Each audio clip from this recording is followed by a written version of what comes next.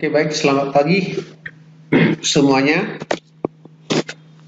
Kita akan melanjutkan materi kita hari ini tentang analisis laporan keuangan. Minggu lalu kita sudah membahas apa itu laporan keuangan, bagaimana bentuknya, ya, terdiri dari berapa. Itu sudah kita diskusikan bahwa laporan keuangan itu sebenarnya ada 3, yaitu laporan neraca, laporan laba rugi, dan laporan arus kas. Ini adalah tujuan-tujuan dari analisis laporan keuangan. Pertama, membantu menilai posisi dan kinerja keuangan, membandingkan posisi dan kinerja keuangan perusahaan dengan kinerja perusahaan yang bersangkutan di masa lalu.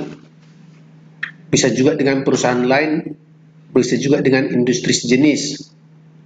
Kemudian membantu pemakai laporan keuangan dalam pengambilan keputusan. Tujuannya adalah untuk mengetahui kemampuan si peminjam yang diajukan untuk membayar bunga dan pokok pinjaman, baik kini maupun pada waktu yang akan datang.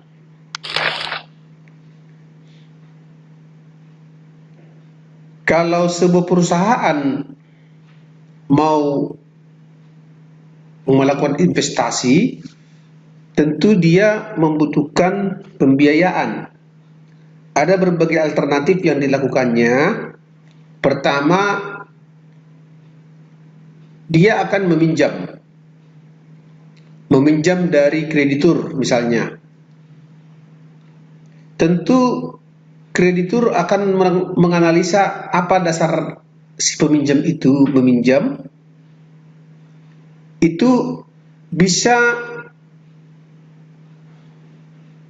diketahui dari laporan keuangan. Jadi nanti di laporan keuangannya akan diminta oleh kreditur untuk dianalisa sehingga diketahui apa dasar dia untuk meminjam. Bagaimana struktur modalnya, berapa hutangnya, berapa ekuitasnya. Karena struktur modal itu merupakan kombinasi hutang dan ekuitas.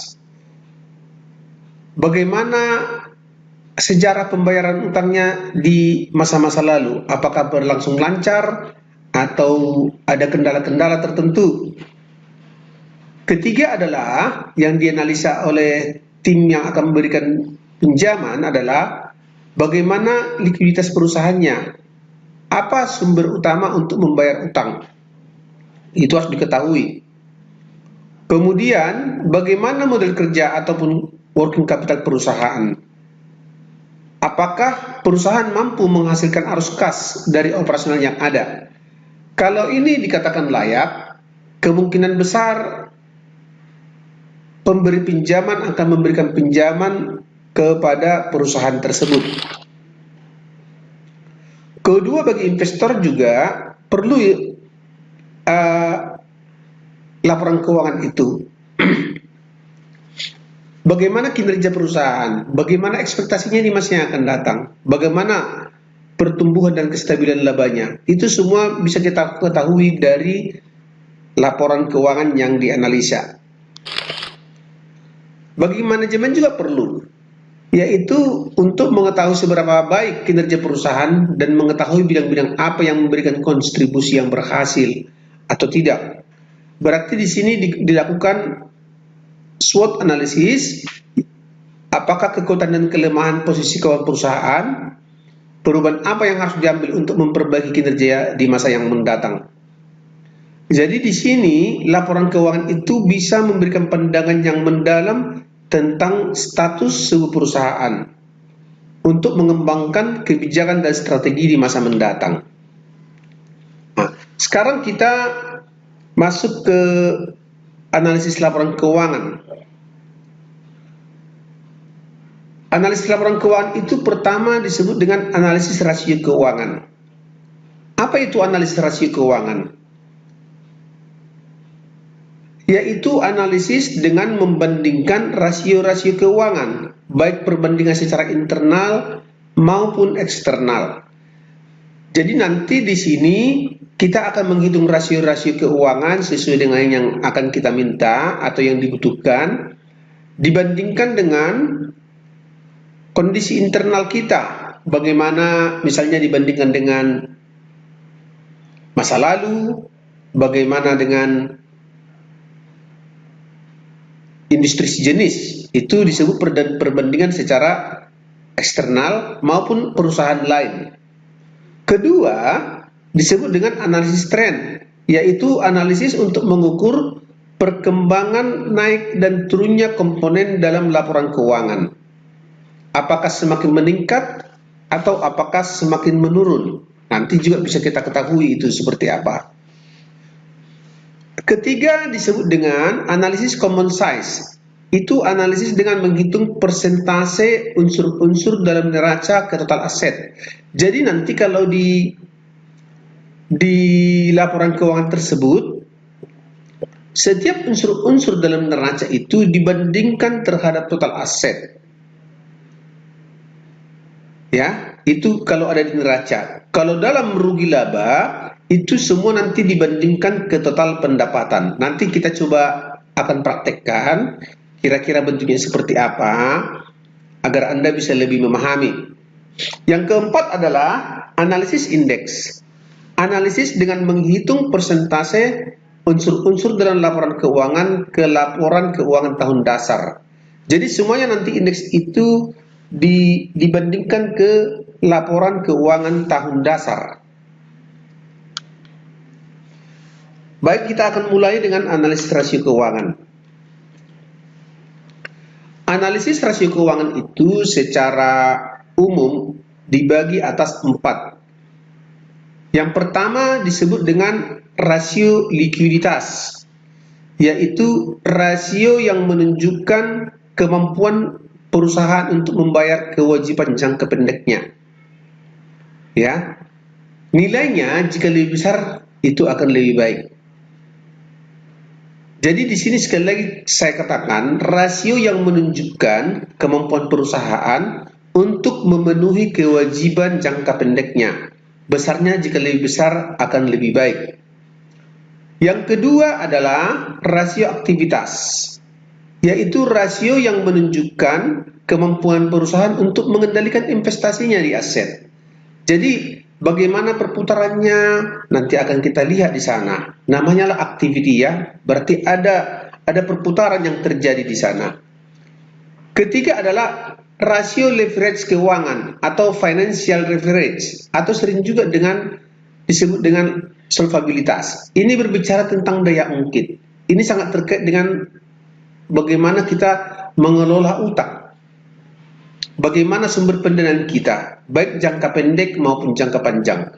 Makanya didefinisikan di sini, rasio leverage adalah rasio yang menunjukkan sejauh mana perusahaan mengandalkan pendanaan utang, baik untuk jangka pendek maupun jangka panjang. Jadi kalau kita baca neraca, di sebelah kanan itu ada pasifa terdiri dari utang lancar, utang jangka panjang, dan termasuk juga dengan ekuitas. Nah, sekarang kita fokus ke utang.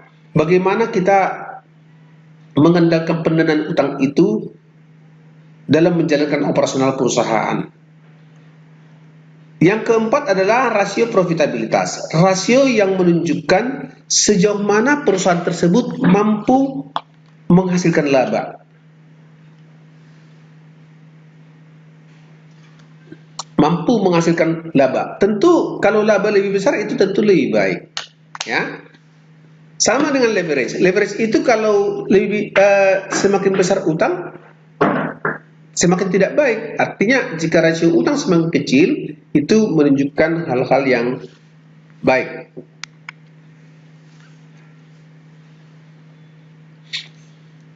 Kita lanjutkan. Kita sekarang akan melihat apa manfaat dari analisis rasio keuangan itu terhadap kesehatan perusahaan jika dilihat dari tingkat rasio secara individu. Ya, nanti dari sini bisa kita lihat. Kemudian perbandingan rasio dari waktu ke waktu pada perusahaan yang sama dengan perusahaan lain dengan rasio keuangan industri, kemudian kombinasi antara semuanya. Ini akan kita lihat dari hal-hal yang ada, kita akan bisa mengambil kesimpulan apakah perusahaan tersebut bisa dikatakan sehat atau tidak. Kalau misalnya ada gap yang sangat tinggi dengan perusahaan lain dalam hal-hal tertentu, berarti kita perlu mengevaluasi untuk memperbaiki gap yang terjadi apabila kita di dalam posisi yang perusahaan yang bermasalah. Baik, kita akan coba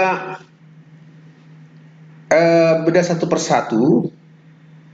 Pertama, kita akan fokus dulu untuk analisis rasio keuangan. Analisis rasio keuangan itu yang akan pertama kita bahas, yaitu dari sisi likuiditas, aktivitas, leverage-nya seperti apa, dan termasuk profitabilitasnya. Di sini ada sebuah perusahaan yang bernama PT Fontana. Ini memberikan informasi laporan rugi laba. Laporan rugi laba. Kita perhatikan laporan rugi laba tahun 2009 dengan tahun 2010. Nah, di sini untuk 2009 kita lihat penjualan 90.000, kemudian harga pokok penjualan atau sering disebut dengan COGS itu adalah 55.000, menghasilkan laba kotor sebesar Rp35.000. Kemudian ada namanya biaya operasi. Biaya operasi itu terdiri dari biaya gaji, biaya bunga, biaya asuransi, biaya iklan, biaya utilitas, dan biaya depresiasi. Nah, kalau biaya bunga ini nanti pasti ini terkait juga dengan biaya modal. Sering nanti itu disebut juga dengan biaya modal. Cost of capital. Bagaimana besarnya terhadap aset. Kemudian ada depresiasi, ini nanti sangat terkait dengan penghematan pajak, ya,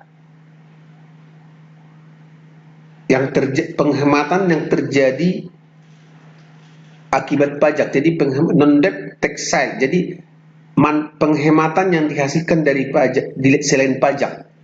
Jadi kenapa dikatakan demikian? Karena depresiasi itu tidak diperhitungkan, dia itu merupakan pengurang pajak. Jadi depresiasi itu merupakan pengurang pajak. Makanya dia sering diperhitungkan sebagai salah satu faktor-faktor penentu struktur modal dengan istilah non-debt tax side, atau sering juga disebut dengan penghematan pajak selain dari utang. Jadi utang kan penghematan pajak, karena setiap perusahaan yang berutang tidak membayar pajak sebesar utang yang dia buat, atau utang itu merupakan pengurang pajak. Utang merupakan pengurang pajak, biaya depresiasi juga merupakan pengurang pajak. Nah, di sini ada biaya operasi.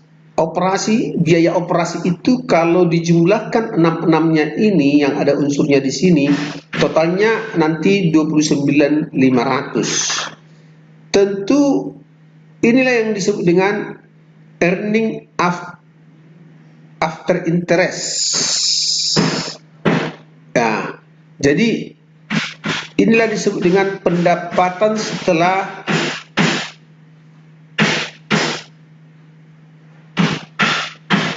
pengurang bunga. Kemudian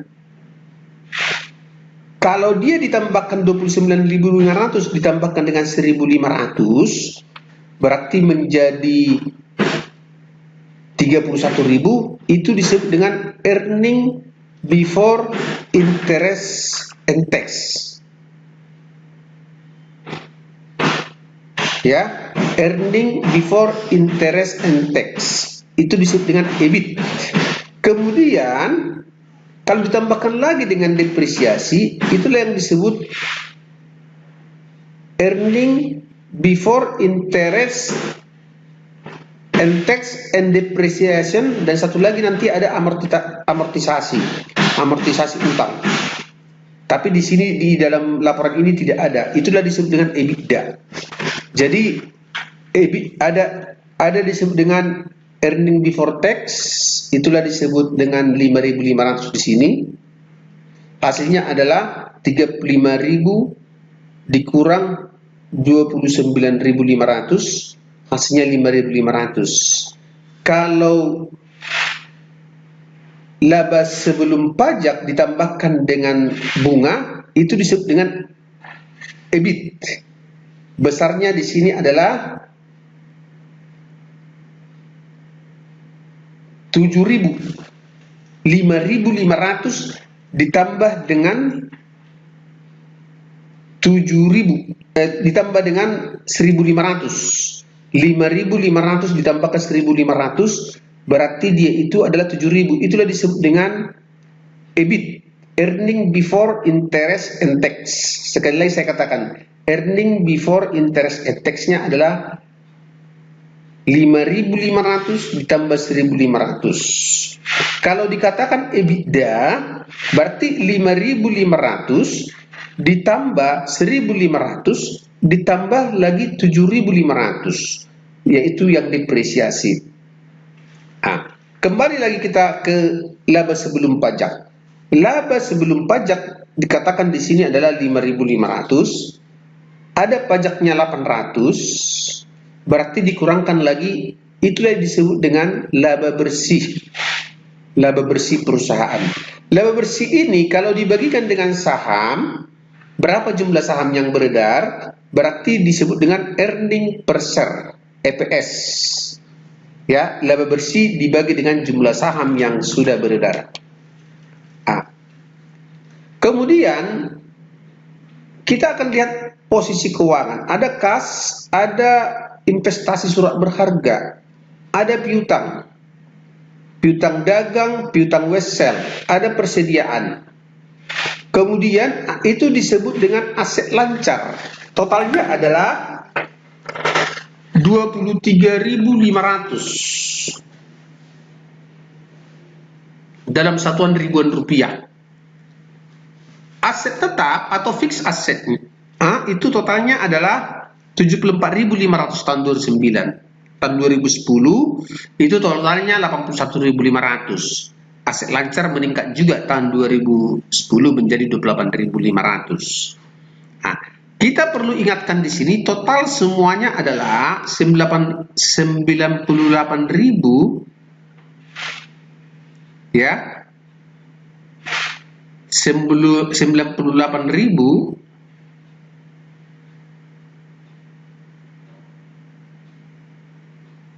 ini juga harus sama 98.000.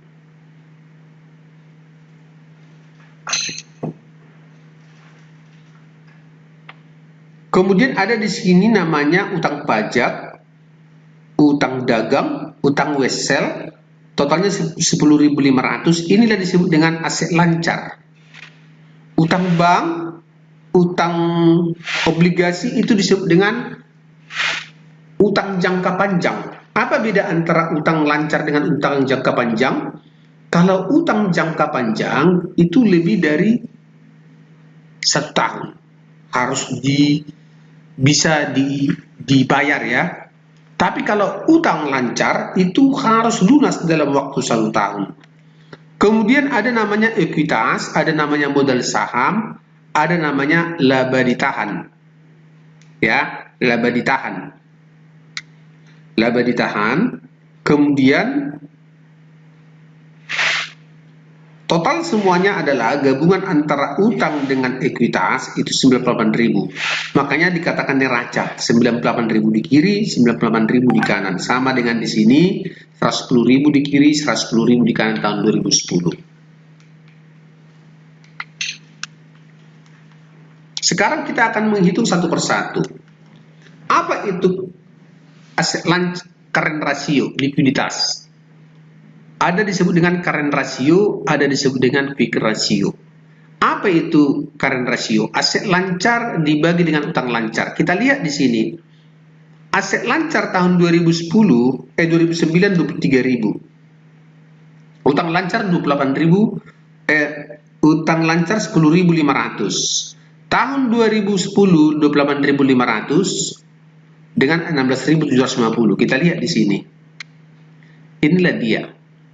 Berarti kesimpulan kita terjadi penurunan rasio utang lancar dibandingkan dengan aset lancar antara tahun 2009-2010. Tahun 2009 dia itu 2,24, dia menjadi 1,70. Berarti kinerjanya dari sisi likuiditas itu mengalami penurunan. Ya. Dibandingkan dengan rata-rata industri pada tahun 2009 masih di atas rata-rata industri, masih lebih baik. Tapi 2010 itu di bawah rata-rata industri. Quick ratio, apa itu quick ratio? Berarti itu current asset dikurangi dengan persediaan. Jadi dikurangi nanti dengan persediaan, dibagi dengan kewajiban lancar. Kita lihat. Nah, namanya quick. Quick itu cepat, ya. Cepat. Berarti kan dia itu bisa dipergunakan dalam waktu sangat cepat. Makanya dia itu dikurangi persediaan. Karena persediaan itu tidak bisa itu secepat cash untuk dipergunakan. Jadi dia di sini 13.500 dibagi 10.500 1,29. Untuk tahun 2010 16.000 dibagi 16.750 adalah 0,96. Rata-rata industri adalah 1,1. Nah, ini jelas kita lihat di sini.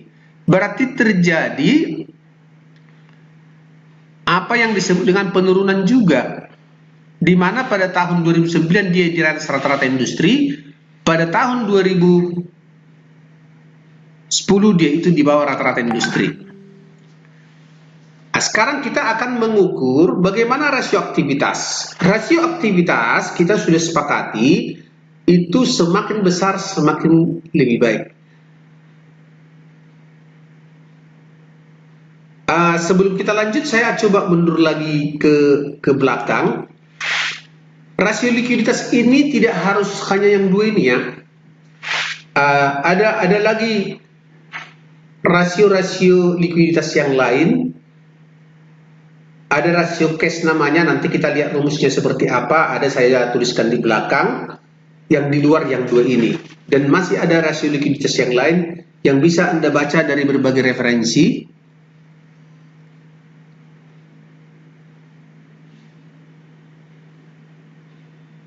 Sebagai sumber-sumber bacaan. Kita kembali ke aktivitas. Aktivitas merupakan rasio yang menunjukkan kemampuan perusahaan mengendalikan investasinya di aset. Ya. Pertama disebut dengan perputaran pendapatan atau receivable turnover, yaitu pendapatan dibagi dengan piutang. Berapa pendapatan kita? Berarti salesnya. Berapa tagihan kita ke orang lain, ke perusahaan lain? Berarti piutang kita. Nah, rasionya ini jika semakin besar pendapatan terhadap piutang, itu akan lebih baik. Tapi kalau pendapatan semakin kecil terhadap piutang, berarti kan itu akan bermasalah. Kemudian inventory turnover, perputaran persediaan, yaitu harga pokok penjualan itu disebut dengan COGS dibagi dengan persediaan. Ya, dibagi dengan persediaan.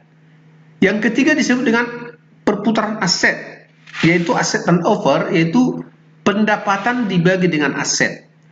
Kita akan lihat nanti kira-kira seperti apa dari kasus ini. Kita pertama lihat dulu receivable turnover. Katanya tadi semakin besar semakin lebih baik. Kita akan melihat dulu pendapatannya berapa. Pendapatan kita itu 90.000, piutang kita berapa? Kita lihat pendapatan. Pendapatan, ingat, pendapatan bisa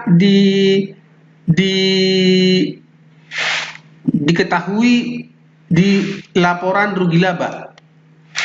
90.000. Piutang kita ada 9.500 di neraca. Nah, kita lihat di sini. Tapi di sini yang kita gunakan adalah yang 8.000. Kenapa demikian? Karena yang diperhitungkan itu adalah piutang dagang. Ya, meskipun di sini 9.500 piutang kita, tapi kan kita berbisnis dengan perusahaan lain. Berarti otomatis piutang yang kita pergunakan adalah piutang perdagangan kita dengan pihak lain yang berbisnis dengan kita. Kita lihat di sini 8.000 11,2. Nah, di sini tadi salesnya 114.000, piutangnya itu piutang dagangnya adalah sekitar 9.500. Berarti otomatis salesnya dia tadi 114.000. Berarti terjadi peningkatan. Ya, dua-duanya di atas rata-rata industri. Sekarang inventory turnover. Inventory turnover adalah harga pokok penjualan dibagi dengan persediaan. Kita lihat di sini harga pokok penjualan. Harga pokok penjualan itu ada di laporan rugi laba. Persediaan itu pasti ada di neraca. Nah, kita akan lihat. Berarti 55.000 dibagi 10.000, 5,5. Inventory turnover-nya itu adalah 72.000 dibagi 12.500 sama dengan 5,76. Dua-duanya di bawah rata-rata industri. Jadi ada kadang di atas industri, ada di bawah industri. Industri di sini maksudnya ya, industri sejenis yang sebidang dengan perusahaan tersebut. Kemudian ada perputaran aset, yaitu pendapatan dibagi dengan jumlah asetnya. Di sini dikatakan dia 0,92, memberi gambaran bahwa aset lebih besar daripada pendapatan. Kalau di yang kedua memberi gambaran 1,04, memberi gambaran bahwa aset lebih kecil dari pendapatan, atau hasil penjualan itu telah melebihi nilai asetnya. Otomatis di sini lebih bagus dong dibanding dengan tahun 2009. 2010 lebih bagus. Industri 1,15. Kesimpulan kita dari sini adalah dari sisi aktivitas, ya, dari sisi aktivitas, hal yang di atas rata-rata industri adalah perputaran penerimaan atau receivable turnover atau perputaran piutang. Itulah yang di atas rata-rata industri.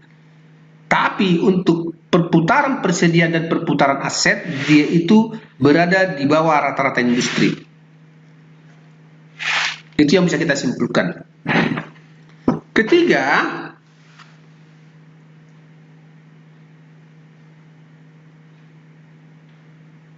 Ketiga disebut dengan rasio leverage keuangan. Rasio leverage keuangan merupakan rasio yang menunjukkan sejauh mana perusahaan mengandalkan utang. Jadi bagaimana dia itu mengandalkan utang? Pertama disebut dengan debt to asset ratio, yaitu total utang dibagi dengan total aset.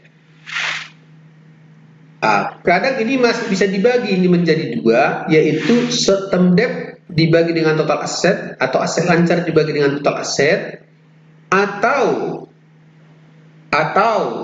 utang jangka panjang dibagi dengan total aset. Itu disebut dengan rasio long term debt dan short term debt. Sama halnya dengan debt to equity ratio. yaitu total utang dibagi dengan total ekuitas. Itu juga bisa dibagi menjadi dua lagi. Pertama disebut dengan short term debt to equity, yang kedua adalah long term debt to equity. Sama sebenarnya, yaitu utang jangka pendek atau utang lancar dibagi dengan ekuitas. Satu lagi adalah utang jangka panjang dibagi dengan ekuitas. Jadi ini pengembangan dari debt to asset ratio dan debt to equity ratio. Ada lagi misalnya interest coverage, yaitu earning before interest and tax. Jadi EBIT-nya nanti kita hitung dibagikan dengan berapa dengan bunganya. Ada lagi nanti terkait dengan penyewaan. Itu juga termasuk dari sisi rasio leverage. Nanti kita lihat. Kita lihat nanti di sini debt to assetnya adalah 37.500 per total aset. Jadi 37.500 itu adalah total utang. Itu bisa kita lihat di neraca. Kita mundur ke bawah, total utangnya berapa? Kita lihat di sini. Inilah total utang. Yaitu 10.500 ditambah 27.000. Satu lagi adalah 16.750 dibagi 27.000. Itulah total utang.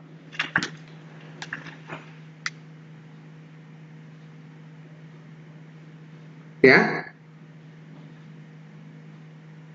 Ini dia. Semuanya di bawah rata-rata industri, berarti lebih baik dari industri. Debt to equity-nya adalah sama seperti tadi, 37.500, tapi ini bukan per aset lagi, tapi per equity. Kita lihat equity-nya berapa? Per equity. Equity-nya adalah 60.500. Di sini 66.250. Berarti nanti dibagi dengan 60.500 utang tersebut dan dibagi dengan 66.250.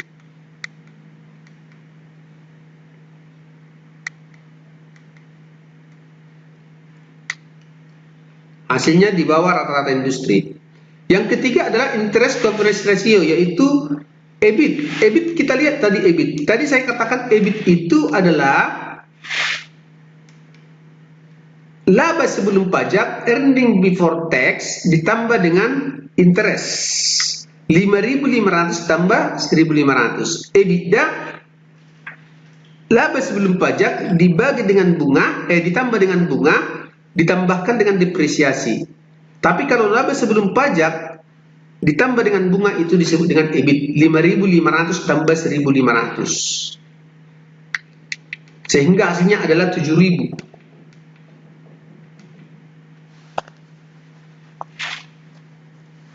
Hal yang sama terjadi di tahun 2010. 7.450. Dua-duanya adalah di atas rata-rata industri. Berarti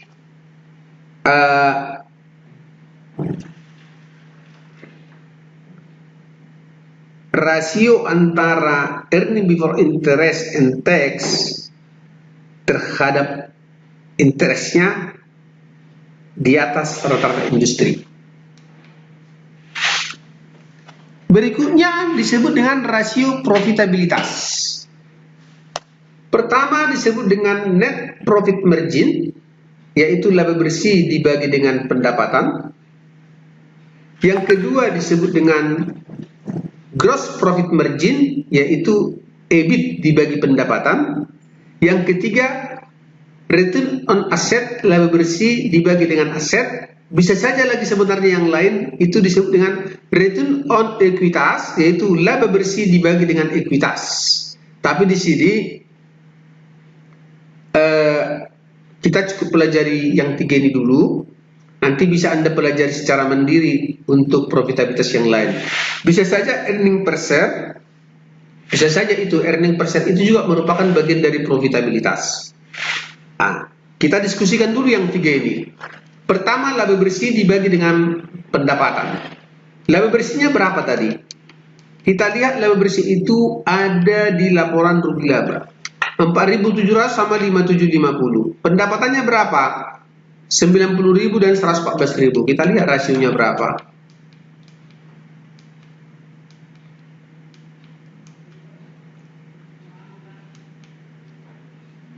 Nah, ini equity ya, dividen, retention, nanti kita lihat.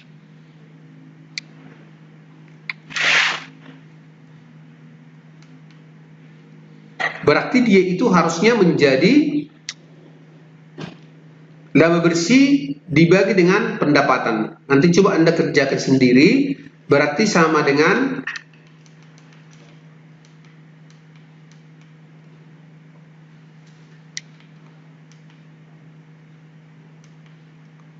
4.700 dibagi dengan 90.000. 5750 dibagi dengan 140. Yang kedua adalah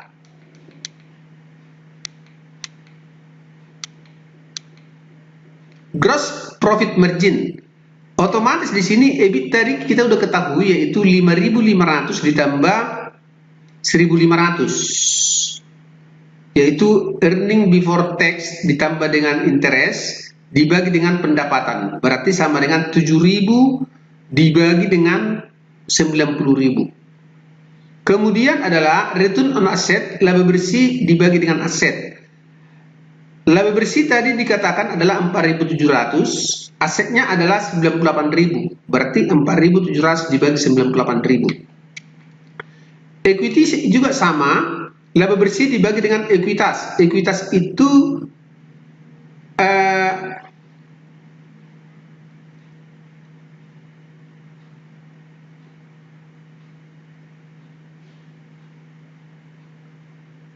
itu sama dengan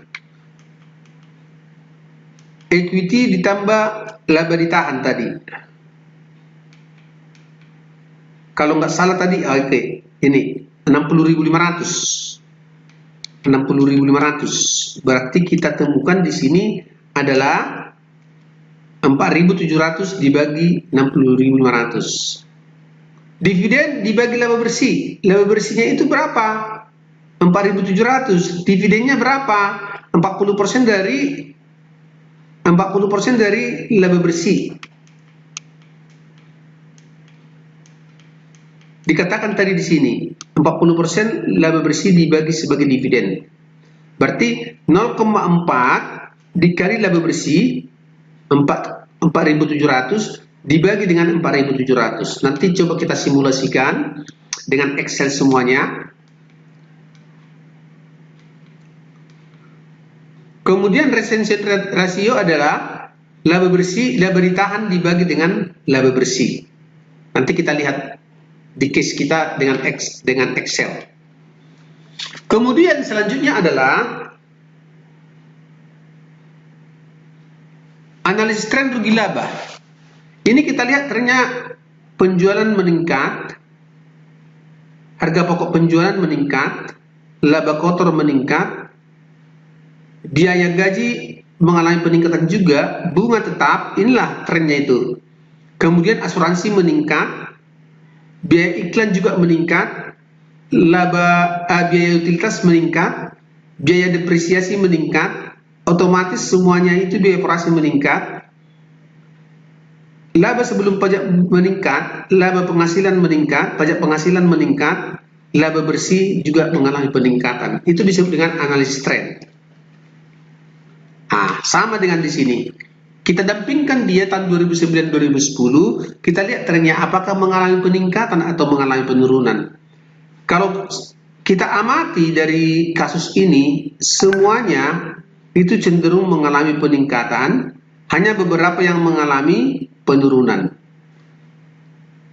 Ya, cenderung. Hanya di sini mesin tadinya ada menjadi tetap di itu mesin, kendaraan mengalami peningkatan, bangunan tetap, tanah tetap tidak mengalami peningkatan. Yang ketiga disebut dengan analisis common size. Jadi setiap unsur-unsur dalam rugi laba ini dibandingkan terhadap penjualan, sales. Jadi misalnya di sini, kalau Anda hitung di sini 55.000 per 90.000, 35.000 per 90.000 kali 100%, 13.500 per 90.000, biaya bunga 1.500 per 90.000, 500 per 90.000, 4.500 per 90.000, 2.000 per 90.000, 7.500 per 90.000. Sama dengan di sini 5.500 per 90.000, 8.000 per 90.000. Kemudian kalau penjualan sendiri dia 100% karena 90.000 per 90.000. Hal yang sama di sini. Dia tetap di sini 100% karena 114.000 per 114.000, ini 72.000 per 114.000, 42.000 per 114.000 dan seterusnya. Itu disebut dengan analisis common size, ya. Jadi semua terhadap penjualan. Kalau itu di rugi laba, tapi kalau dia itu di neraca, dia terhadap aset dia. Jadi kas terhadap aset, investasi terhadap aset, piutang terhadap aset, dan semuanya terhadap aset. Sama dengan di sini, satu utang pajak terhadap utang dan ekuitas, itu kan aset juga namanya. Utang dagang terhadap utang dan ekuitas, utang wesel dengan utang terhadap utang dan ekuitas. Itu disebut dengan common size. Kalau dia analisis indeks, acuannya itu adalah tahun terkecil. Di sini 100%, sisanya itu adalah pertumbuhannya. Jadi kalau kita misalkan di sini 3.000 berarti dia menjadi 3.400. Berarti 3.400 itu adalah 3.400 per 3.000 kali 100%, 1.100 per 1.000 kali 100%, 9.500 kali bagi 800 bagi 8.000 kali 100%, 2.000 bagi 1.500 kali 100%, 12.500 kali 1.000 kali 10.000 bagi 10.000 kali 100%. Saya ulangi ya.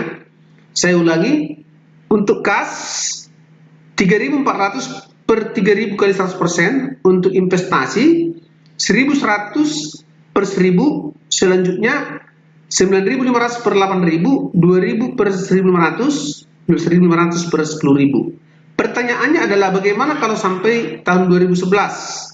Dengan sendirinya dia tetap nanti ke tahun 2009. Jadi acuan dasarnya itu adalah tahun 2009. Sesuai dengan definisi yang dikatakannya, ya, sesuai dengan definisi yang dikatakannya, bahwa analisis indeks itu adalah menghitung persentase unsur-unsur dalam laporan keuangan ke laporan keuangan tahun dasar. Berarti terhadap tahun terkecil. Itulah disebut dengan indeks. Ke tahun terkecil. Ini karena dia hanya 2 tahun, berarti 2010 terhadap tahun 2009. Sama di sini untuk neracanya, unsur-unsurnya, nanti kita coba praktekkan dengan case yang sama. Jadi itulah dia terkait dengan analisis laporan keuangan secara konsep, ya.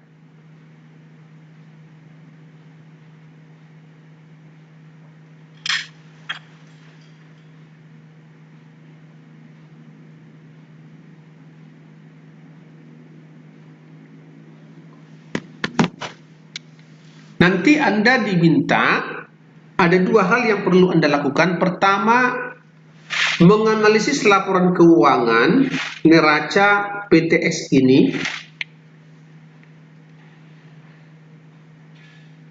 Ya, ini pertanyaan-pertanyaannya yang ada di sini. Anda lengkapi.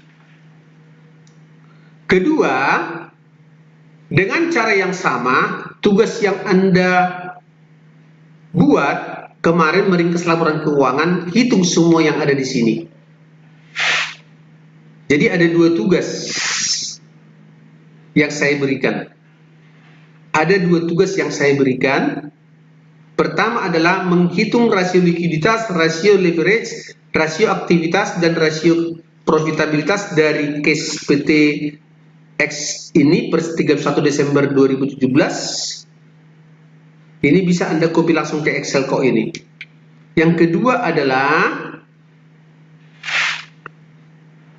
ya, yang kedua adalah menghitung rasio likuiditas, rasio leverage, rasio aktivitas, rasio keuntungan, analisis tren, common size, dan indeks, ya, dari laporan keuangan yang Anda buat. laporan keuangan yang Anda buat. Dua-duanya harus terkumpulkan dalam waktu 1 minggu sejak kuliah ini. Tapi dua-duanya dikerjakan di dalam Excel. Dikerjakan di dalam Excel,